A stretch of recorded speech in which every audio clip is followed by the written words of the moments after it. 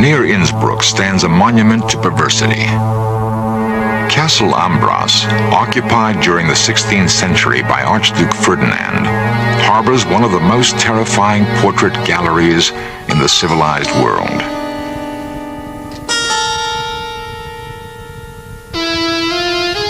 Painted from life, these grotesqueries reflect the offbeat tastes of the collector. In this gallery of the bizarre are images of those maimed in battle or deformed by nature.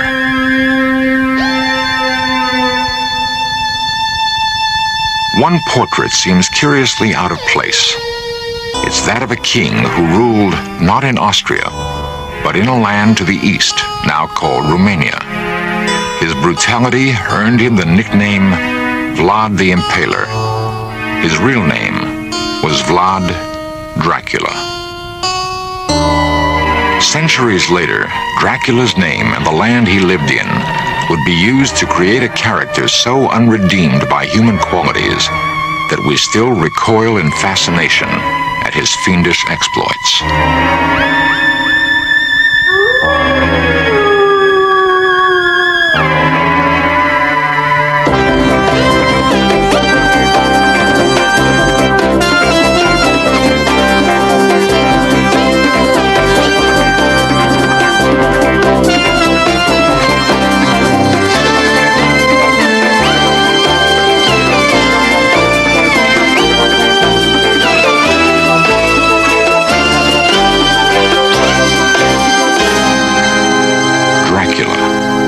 Fiction or reality?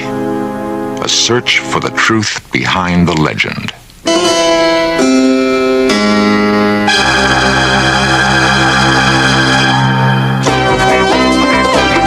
This series presents information based in part on theory and conjecture. The producer's purpose is to suggest some possible explanations, but not necessarily the only ones, to the mysteries we will examine.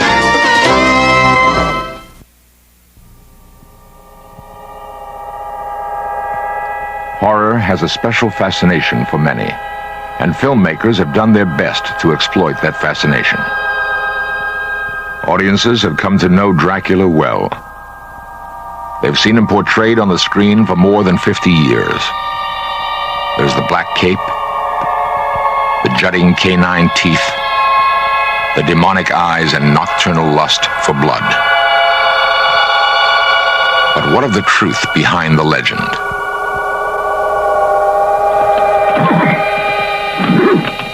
Romania is a land rich in romantic folklore and legends. The tale of the evil Count Dracula is not one of them. The rugged mountains and hidden valleys breed their own mythology. Called Romania's Olympus, Mount Ceflau rises nearly 6,000 feet in the Carpathian Mountains.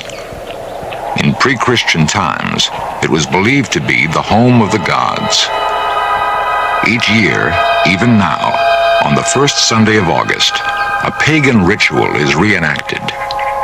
Thousands gather by torchlight on Ceflau's shadowy summit to celebrate friendship and love and the renewal of life. During the rest of the year, Ceflau yields its mysteries to few men.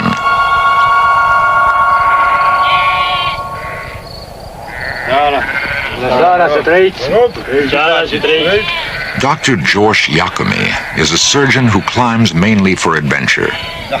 The other, a shepherd, who has spent a lifetime in these alpine meadows. Both know the mountain and its hidden places. Both respect its awesome symbolic power. Though one is a simple peasant, the other a man of science, the mountain has given them a strong bond of friendship.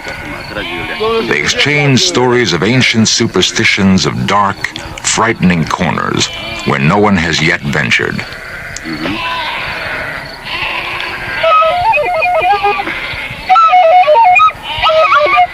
The music seems to recall a distant time in these mountains when ghosts inhabited Ceflau. Legends tell of a 15th century nobleman named Budu who loved the king's daughter, Anna. When he was killed in battle, the grief-stricken Anna asked the powerful witch to bring her lover back from the dead. The witch raised Budu from his grave, but as a ghost. While passing over Cheflau, Budu's ghost was struck by the rising sun, turning him into rock. Till this day, on Cheflau's brooding summit, there is a stone megalith known as Budu's Tower. In the nightmare world of superstition and fear, it often becomes difficult to separate fact from fiction. The familiar story of Dracula is a case in point. Since its publication in 1897, Bram Stoker's classic novel of Gothic horror has been read or performed almost continuously. Yet few are aware that the character was based on a real prince of darkness, whose deeds are perhaps more shocking and more terrifying than those of the fictional vampire. Transylvania, stronghold of legend. A place dimly recalled from horror movies as a dark, forbidding region, cloaked in superstition and terror.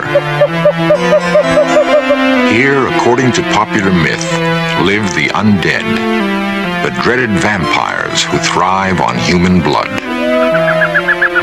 Dracula, written by Bram Stoker, perpetuated one myth that has endured for nearly a century.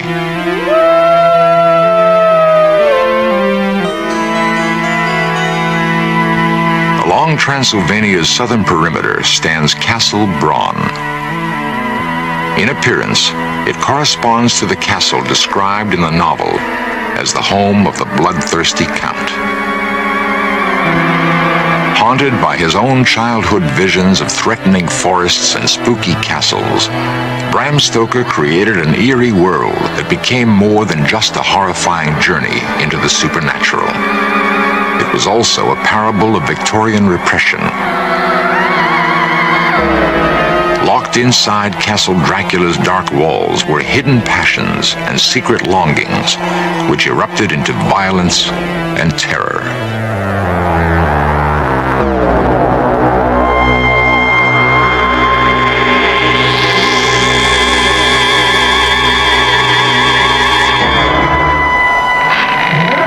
The German film classic Nosferatu comes closer to capturing the mood of the original novel than the later interpretation of Bela Lugosi. In the book, the hero Jonathan Harker describes his first encounter with Dracula. Holding out his hand, he grasped mine with a strength which made me wince, an effect which was not lessened by the fact that it seemed as cold as ice. Taking Transylvania, a remote place he'd heard of but never seen, as his setting, Stoker evoked chilling images of the living dead.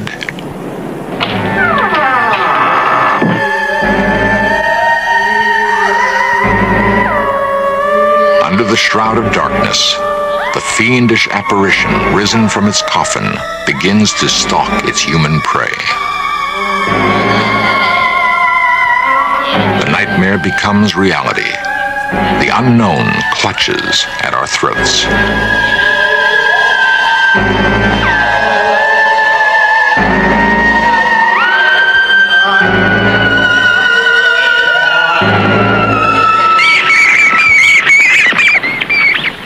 The shrieking of the vampire bat evokes the horror of Dracula.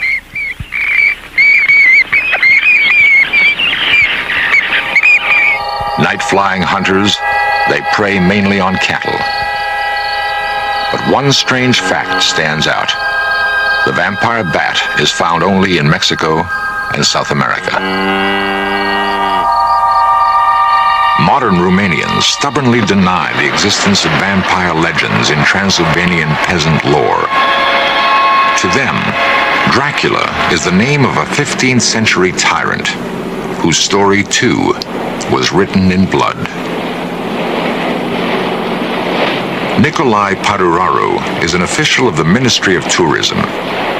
His search for the historical truths behind the Dracula legends brings him repeatedly to a small island on Lake Snagov, near the capital city of Bucharest. It is on this island that the body of the real Dracula is supposedly buried.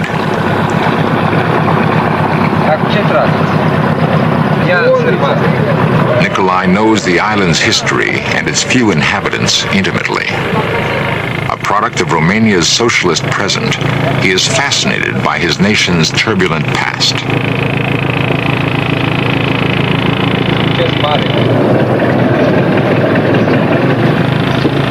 Părinte! Nikolai is greeted by the abbot, who shares his interest in the story of the bloody king who bore the name Dracula. For the two men, the old church has become more than a religious shrine and national monument. Its ancient doors are the gateway to a mystery that for centuries has baffled scholars and historians.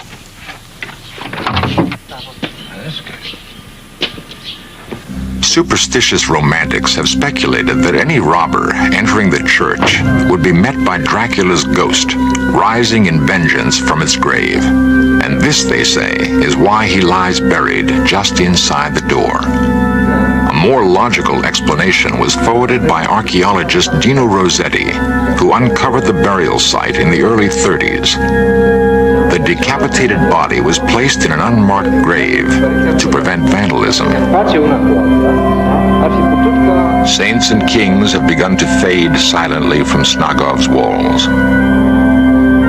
The monastery enjoyed the protection of Vlad Dracula during the 15th century. But when one of the priests dared challenge the king's decisions, he was put to death, slowly and painfully. The torturous method of execution favored by the king was so barbarous, his own countrymen branded him Vlad the Impaler. In Romanian, Vlad Țepeș.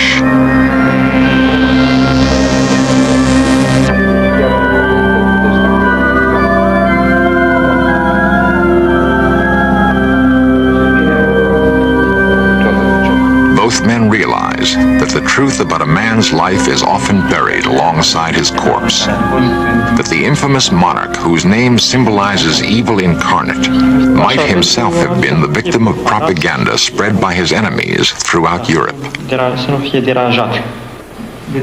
Seeking the truth can become an exciting adventure. And so a search begins. It will unravel some of the mysteries which surround the life of a king they called Dracula, son of the devil.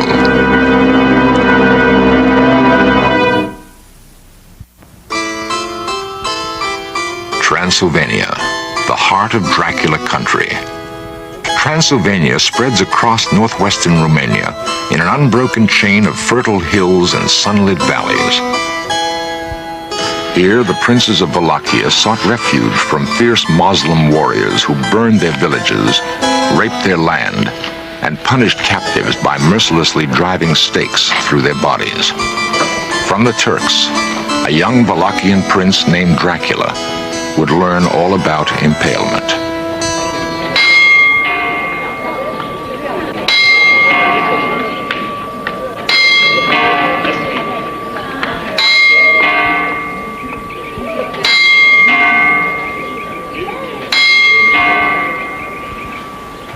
Like an image from an old fairy tale, the town of Sighișoara slumbers peacefully along the gentle slopes of the Transylvanian highlands. Unchanged since the Middle Ages, Sighișoara was once a bastion of Germanic military might and commercial enterprise. In this house, in 1431, a son was born to the fearsome Prince Vlad Dracul, the Dragon. The boy was called Dracula, son of the dragon. A coin bearing the family emblem is one of the few remaining artifacts from Dracula's reign. The symbol of the dragon reinforced Vlad's image as a fearless Christian crusader. As his notoriety grew, the name Dracula took on new meaning. Dragon would be increasingly interpreted as devil. Vlad belonged to an age of brutality.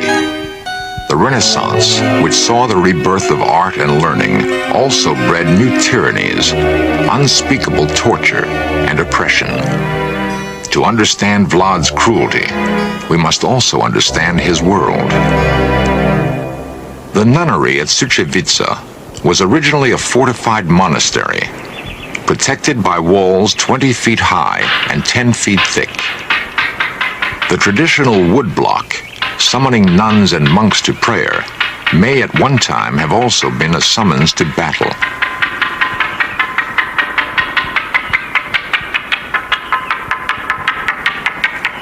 For the monasteries of Romania were more than strongholds of the Christian faith.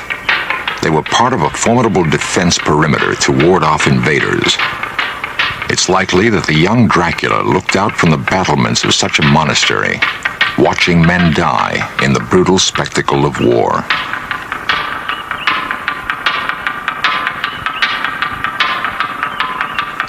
Steeped in the teachings of the Eastern Orthodox Church, Vlad Dracula surely must have developed strong, simple notions of good and evil, of reward and retribution. The ladder of virtues, the work of an unknown artist, shows that in the climb toward heaven, few are virtuous enough to reach it. Most topple along the way, headed toward eternal damnation. To a young prince, impressionable and bristling for power, such messages were clear. By punishing evil, salvation could be had. Until the 16th century, Suceava was the capital of the province of Moldavia. Here, Vlad Dracula fled, deposed after briefly assuming the throne of Wallachia at the age of 17. This was the beginning of his second exile. The first time, he'd been sent as a hostage to the Turkish court by his father, a guarantee against war with the Sultan. As Vlad waited in Suceava to take power, he vowed to free Wallachia from Turkish domination and break the power of the nobles and church. In 1456, the second reign of Vlad Dracula began. The greatest threat to his power centered in the German towns of southern Transylvania. Of these, Brasov was the largest. Convinced that her powerful merchants were conspiring with his enemies, furious at their defiance of his trade restrictions, Vlad launched a series of punitive raids against Brasov and neighboring towns, taking a terrible toll of their citizens. How many perished by his command, no one can say. That slow, torturous death by impalement was excessively barbaric, no one can deny. Yet since the only written accounts from that time come from Germany, it's conceivable the atrocity reports were exaggerated. Not so the massacre at Târgoviște, Vlad's capital. During his successful campaign against the Turks, he impaled thousands of enemy soldiers outside the city gates to frighten the invaders. He would be known now for all time as Vlad the Impaler. Viewed through the filter of time, another side to Vlad's character emerges. His bold strategies won the admiration of his Turkish opponents, who also regarded him as just and honest. On the threshold of victory, he was betrayed by his younger brother Radu and forced into political captivity in Hungary. After 12 years, Vlad was restored to the throne by his cousin Stephen the Great. Faces from the present. A few among the 1.5 million who live in Bucharest, Romania's bustling capital. In their city, Vlad the Impaler made his last stand. Not far from the center of Bucharest, with its huge outdoor markets, are archaeological remnants of its past. Layers of history, stripped away, reveal fortifications dating back to the 13th century. Below ground level, there has been unearthed a portion of the original castle built by Vlad Dracula. It was in these haunted surroundings that Dracula planned his last campaign against the Turks. His third and final reign would last only 2 months. On December 14, 1476, he was killed in battle near Bucharest, and according to eyewitnesses, beheaded, perhaps mistakenly, by one of his own troops. Vlad's remains were secretly buried at Snagov. In death's darkness, the prince may finally have found peace.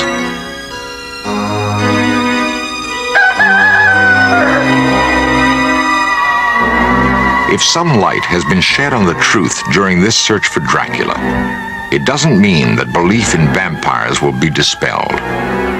Bram Stoker's Dracula will always persist in our minds because in him we have found the perfect symbol for unrepentant evil.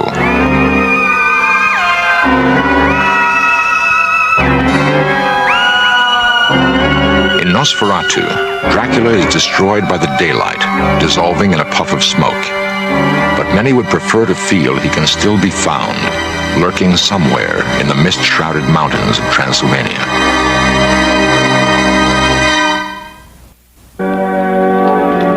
Beneath storybook towers, the old Transylvanian city of Sigashora seems untouched by time. Her people still bear traces of their medieval ancestry, clinging tenaciously to old traditions and religious faith. They are steeped in Sigashora's history, remembering that it once was a stronghold of wealth and power, the home of princes, the birthplace of a king. Vlad Dracula belongs to their heritage, Stoker's vampire to our imaginations. Legends die slowly. The myth of the human being who takes the form of a bat and drinks blood will survive because people choose to believe. Vampires, like werewolves and monsters, serve a purpose. They are representations of our hidden fears. By conquering these nightmare creatures, we purge ourselves of our darkest thoughts, and in so doing, reclaim the human spirit.